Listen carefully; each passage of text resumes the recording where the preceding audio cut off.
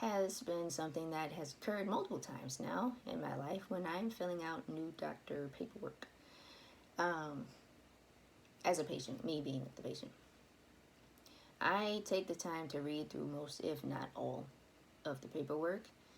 And so what I find happens often is that I will be asked to sign saying that I received this privacy notice or this form or that form, or I was told about this or that, and I wasn't. I wasn't given whatever the privacy notice was, whatever. So I just plain don't sign those parts. Sometimes I've told them, sometimes I haven't. So it happened recently again. I wasn't given the privacy notice until I got to the appointment. I was like, I'm not signing this because I didn't get this. And then they gave it to me, right?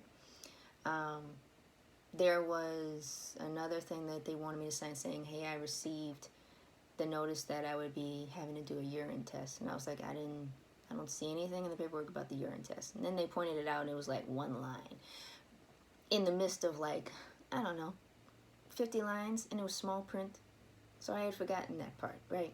And I told them about that. I'm like, you want to take the time later on to tell me that I received this notice. If that is the case, put a header. Section these things out as headers so that I know that I received it, right?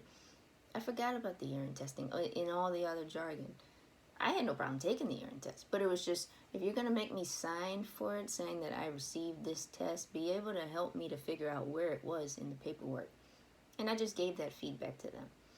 And the person at the front desk was very nice about it. She was like, yeah, we recently changed our paperwork, so I'll take note of this and then give it to management.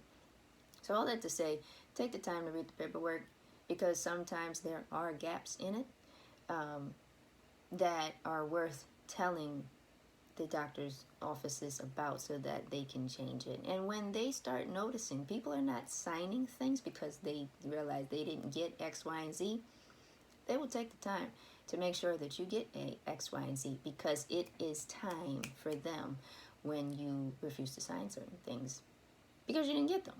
It is holding the doctor's offices accountable for what they are supposed to be doing.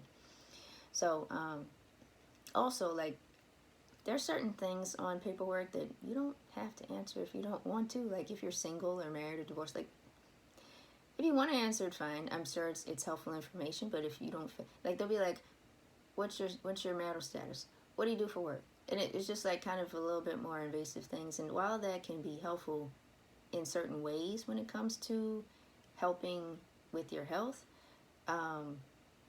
you also don't have to answer questions like that. So if you want to kind of keep private in those areas of your life, you can. There are several times I have not answered those questions. I'm like, this is not important for today's visit. In my head, it's like, this is not important for today's visit. And they don't have me answer it. They don't come back and be like, oh, you didn't fill out this part of the form because it wasn't important. So just keep that in mind, that you do have all of that flexibility when it comes to filling out doctor paperwork.